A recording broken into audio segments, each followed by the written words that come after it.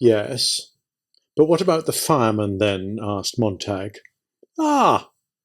Beatty leaned forward in the faint mist of smoke from his pipe. What more easily explained and natural? With the school turning out more runners, jumpers, racers, tinkerers, grabbers, snatchers, flyers, and swimmers, instead of examiners, critics, knowers, and imaginative creators, the word intellectual, of course, became the swear word it deserved to be. You always dread the unfamiliar. Surely you remember the boy in your own school class who was exceptionally bright, did most of the reciting and answering, while the others sat like so many leaden idols, hating him.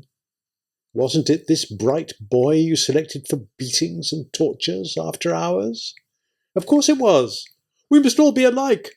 Not everyone born free and equal, as the Constitution says, but everyone made equal. Each man the image of every other.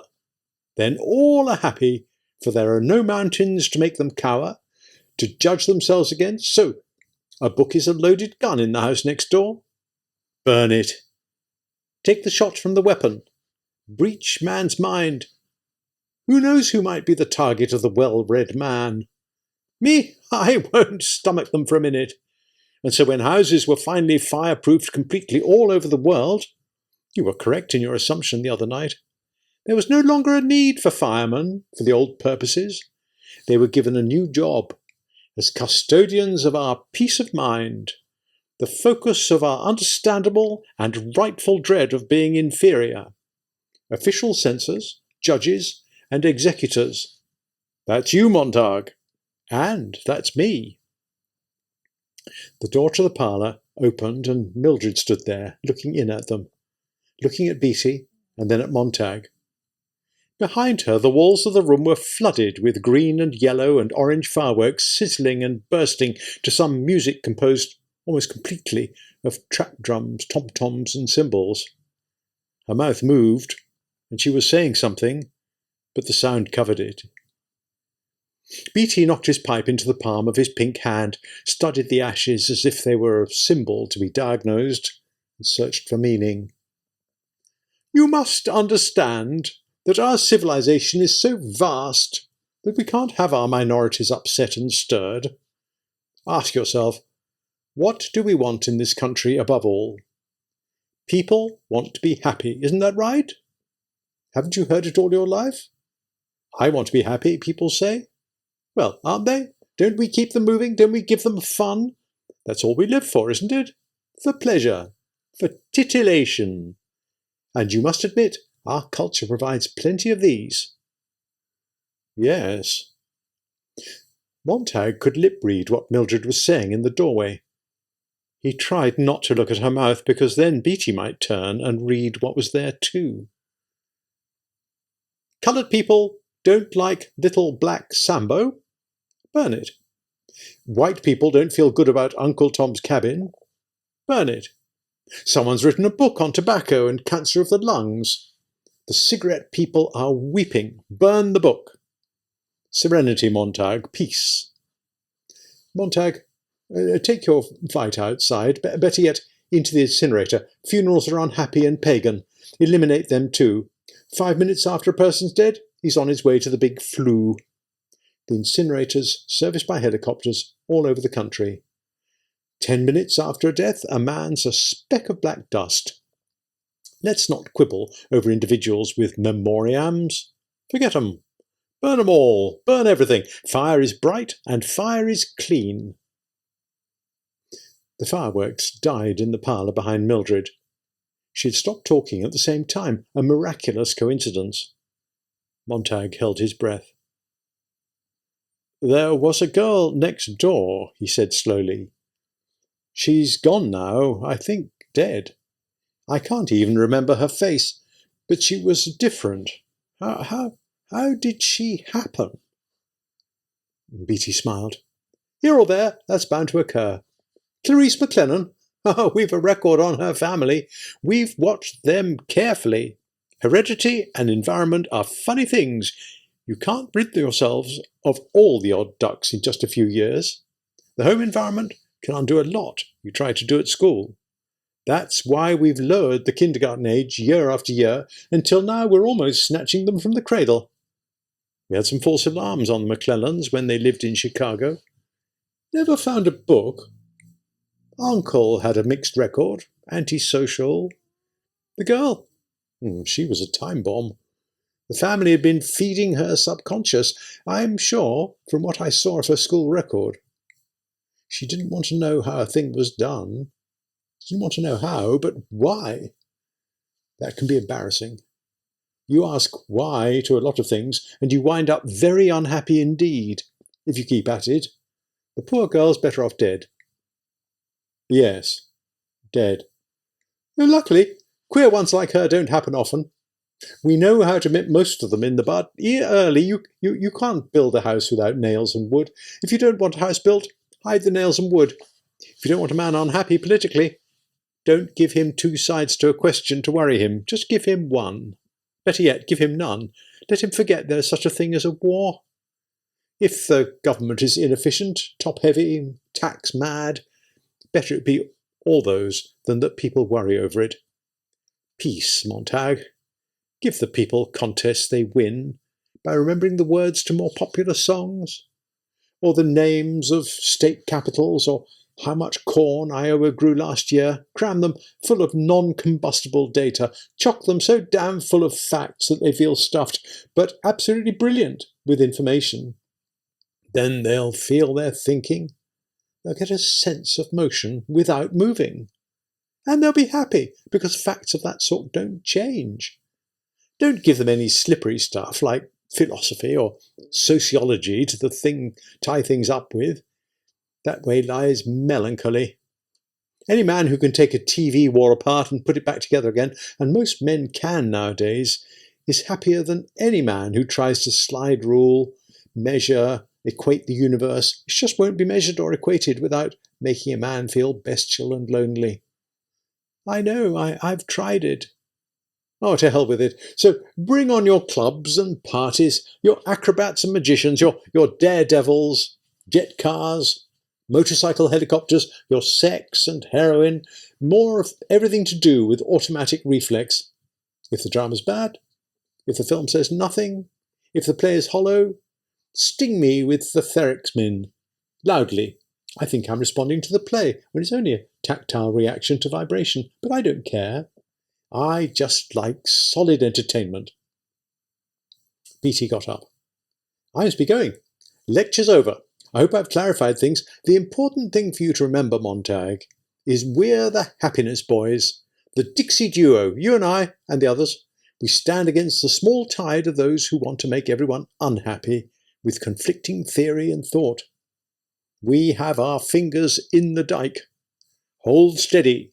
Don't let the torrent of melancholy and drear philosophy drown our world.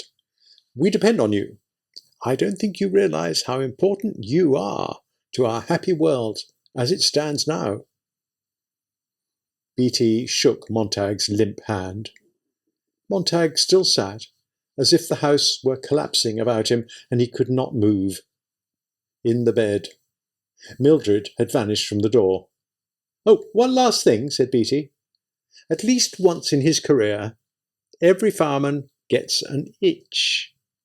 What do the books say, he wonders. Oh, to scratch that itch, eh? Well, Montag, take my word for it. I've had to read a few in my time to know what I was about, and the book says nothing. Nothing you can teach or believe. They're about non-existent people, figments of imagination, if they're fiction, and if they're non-fiction, it's worse. One professor calling another an idiot. One philosopher screaming down another's gullet. All of them running about, putting out the stars and extinguishing the sun. You come away lost. Well, then, what if a fireman accidentally, really not intending anything, takes a book home with him? Montag twitched. The open door looked at him with its great vacant eye. It's a natural error. Curiosity alone, said Beatty. We don't get over-anxious or mad. We let the fireman keep the book 24 hours. If he hasn't burned it by then, we simply come and burn it for him. Of course. Montag's mouth was dry.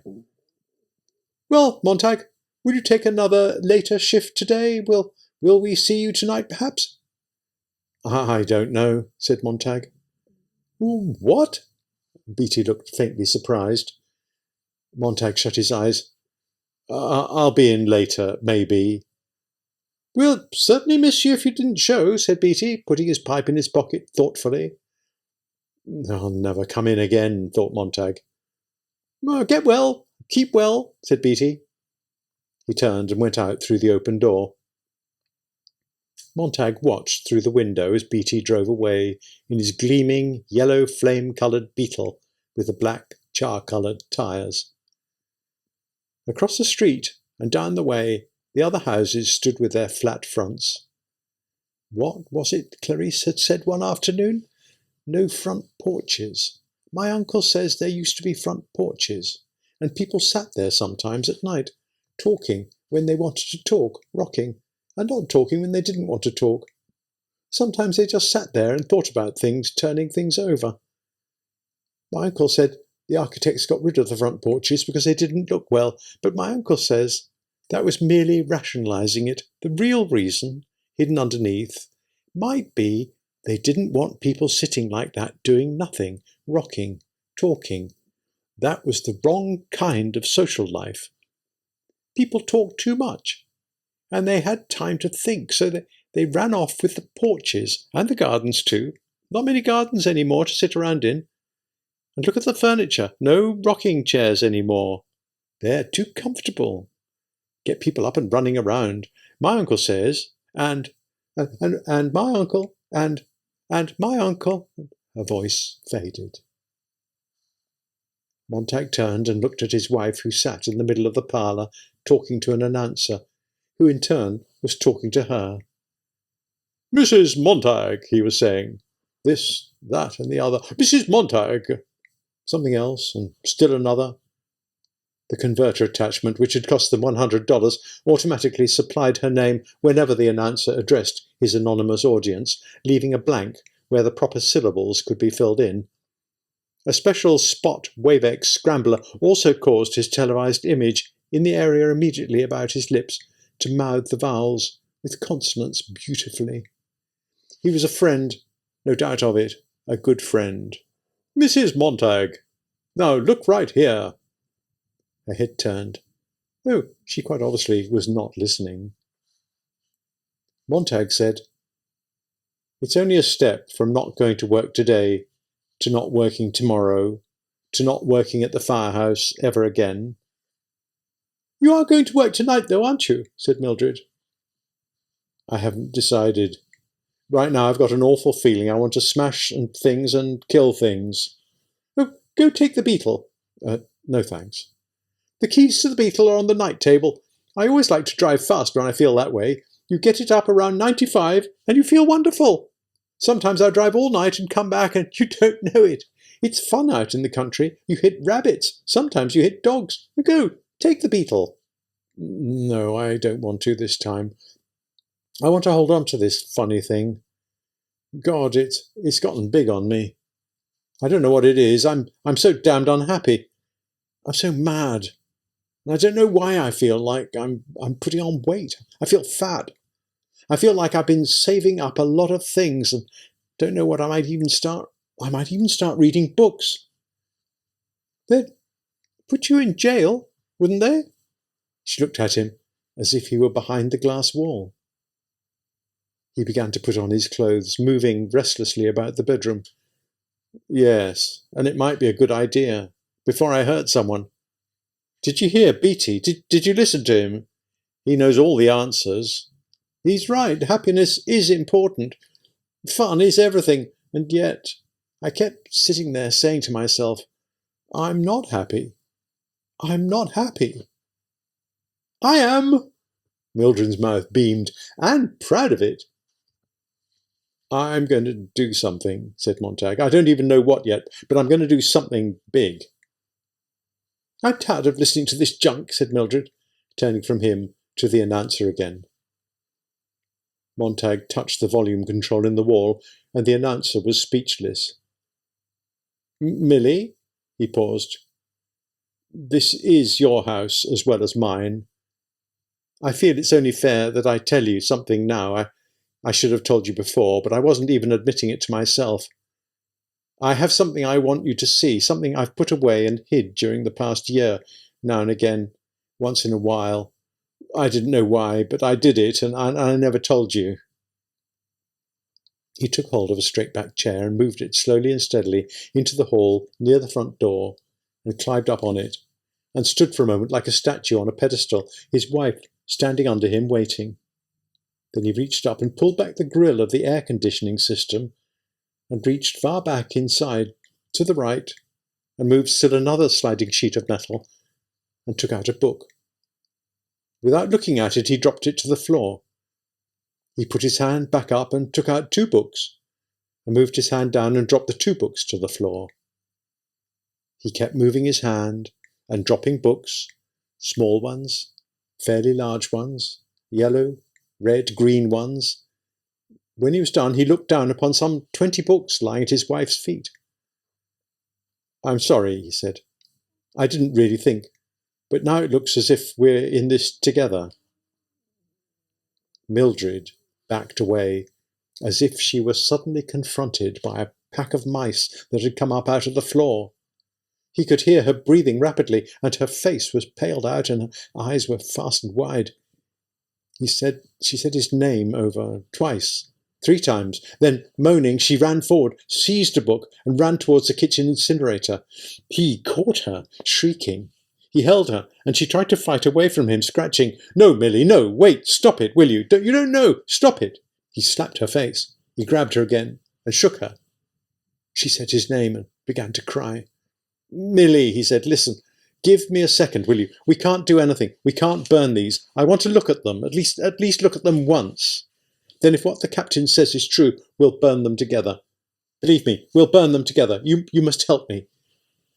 He looked down into her face and took hold of her chin and held her firmly. He was looking not only at her, but for himself and what he must do in her face. "Whether we like this or not, we're in it. I've never asked for much from you in all these years, but I ask it now. I plead for it. We've got to start somewhere here, figuring out why we're in such a mess, you and the medicine at night, and the car, and me and my work. We're heading right for the cliff, Millie. God, I don't want to go over. This isn't going to be easy. We haven't anything to go on, but maybe we can piece it out and figure it and help each other. I need you so much right now. I can't tell you. If you love me at all, you'll put up with this 24, 48 hours. That's all I ask. And then it'll be over, I promise. I swear. And if there's something here, just one little thing out of the whole mess of things, maybe we can pass it on to someone else." She wasn't fighting anymore, so he let her go. She sagged away from him and slid down the wall and sat on the floor looking at the books. Her foot touched one, and she saw this and pulled her foot away. "That woman, the other night, Millie, you weren't there. You didn't see her face, and Clarice, you never talked to her. I talked to her. And men like Beatty are afraid of her. I can't understand it. Why should they be so afraid of someone like her? But I kept putting her alongside the fireman in the house last night, and I suddenly realized I didn't like them at all, and I didn't like myself at all anymore, and I thought maybe it would be best if the firemen themselves were burnt." "Guy!" The front door voice called softly, "Mrs. Montag, Mrs. Montag, someone here, Mrs. Montag, Mrs. Montag, someone here." Softly. They turned to stare at the door, and the books toppled everywhere in heaps. "Beatty," said Mildred. "It can't be him. He's come back," she whispered. The front door voice called again softly, "Someone here." "We won't answer." Montag lay back against the wall and then slowly sank to a crouching position and began to nudge the books bewilderedly with his thumb, his forefinger. He was shivering, and he wanted above all to shove the books up through the ventilator again, but he knew he could not face Beatty again. He crouched, and then he sat, and the voice of the front door spoke again, more insistently. Montag picked up a single small volume from the floor. Where do we begin? He opened the book halfway and peered at it. We begin by beginning, I guess. He'll come in, said Mildred, and burn us and the books. The front door voice faded at last. There was a silence. Montag felt the presence of someone beyond the door, waiting, listening. Then the footsteps going away down the walk and over the lawn. Let's see what this is, said Montag. He spoke the words haltingly and with a terrible self-consciousness. He read a dozen pages here and there, and came at last to this. It is computed that 11,000 persons have at several times suffered death rather than submit to break eggs at the smaller end. Mildred sat across the hall from him. What does it mean? It doesn't mean anything. The captain was right. Here, now, said Montag. We'll start over again. At the beginning. Part 2. The Sieve and the Sand. They read the long afternoon through, while the cold November rain fell from the sky upon the quiet house. They sat in the hall because the parlour was so empty and grey-looking without its walls lit with orange and yellow confetti and skyrockets and women in gold mesh dresses and men in black velvet pulling £100 rabbits from silver hats. The parlour was dead, and Mildred kept peering in at it with a blank expression as Montag paced the floor and came back and squatted down and read a page, as many as 10 times, aloud. We cannot tell the precise moment when friendship is formed. As in filling a vessel drop by drop, there is at last a drop which makes it run over. So, in a series of kindnesses, there is at last one which makes the heart run over. Montag sat listening to the rain. Is that what it was in the girl next door? I've tried so hard to figure. She's dead. Let's talk about someone alive, for goodness sake.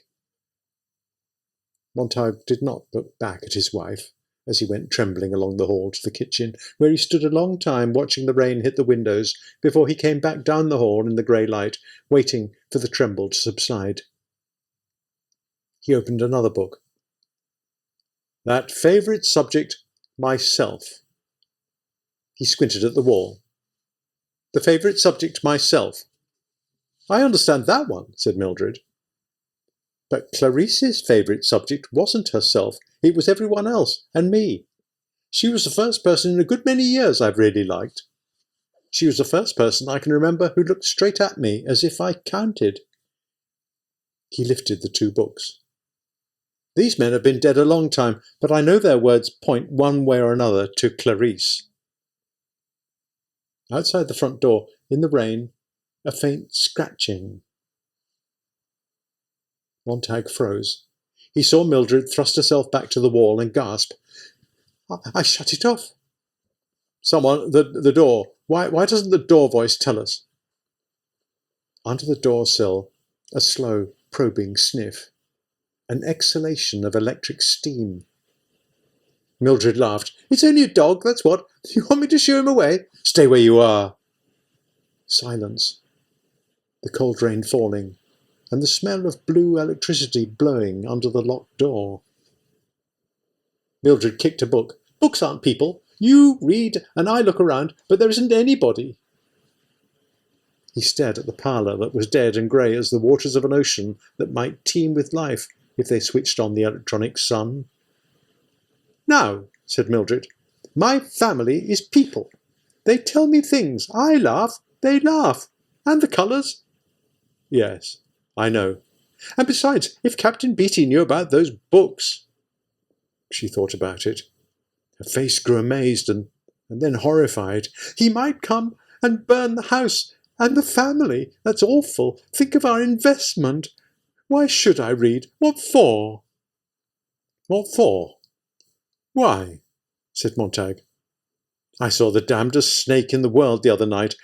It was dead, but it was alive. It could see, but it couldn't see. You want to see that snake? It's an emergency hospital where they filed a report on all the junk the snake got out of you. Would you like to go and check their file? Maybe you'd look under Guy Montag, or maybe under Fear or War. Would you like to go to that house that burnt last night and rake ashes for the bones of the woman who set fire to her own house? What about Clarice McLennan? Where do we look for her? The morgue? Listen.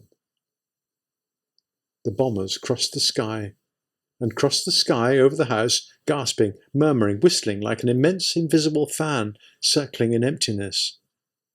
Jesus God, said Montag. Every hour, so many damn things in the sky. How in hell did those bombers get up there every single second of our lives?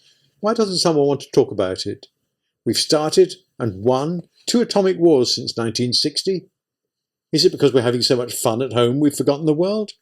Is it because we're so rich, and the rest of the world so poor? We just don't care if they are? I've heard rumours. The world is starving, but we're well fed. Is it true the world works hard and we play? Is that why we're hated so much? I've heard the rumours about hate too, once in a long while over the years. Do you know why? I don't, that's sure. Maybe the books can get us half out of the cave. They might stop us from making the same damn insane mistakes. I don't hear those idiot bastards in your parlour talking about it. God, Millie, don't you see? An hour a day, 2 hours, with these books, and maybe... The telephone rang. Mildred snatched the phone. Ah, she laughed. Yes, the White Clown's on tonight. Montag walked to the kitchen and threw the book down. Montag, he said, you're really stupid. Where do we go from here? Do we turn the books in? Forget it? He opened the book to read over Mildred's laughter. Poor Millie, he thought. Poor Montag. It's mud to you too, but where'd you get help? Where'd you find a teacher this late? Hold on. He shut his eyes. Yes, of course. Again he found himself thinking of the Green Park a year ago. The thought had been with him many times recently, but now he remembered how it was that day in the city park when he had seen that old man in the black suit hide something quickly in his coat. The old man leapt up, as if to run, and Montag said, Wait! I haven't done anything wrong, cried the old man, trembling. No one said you did.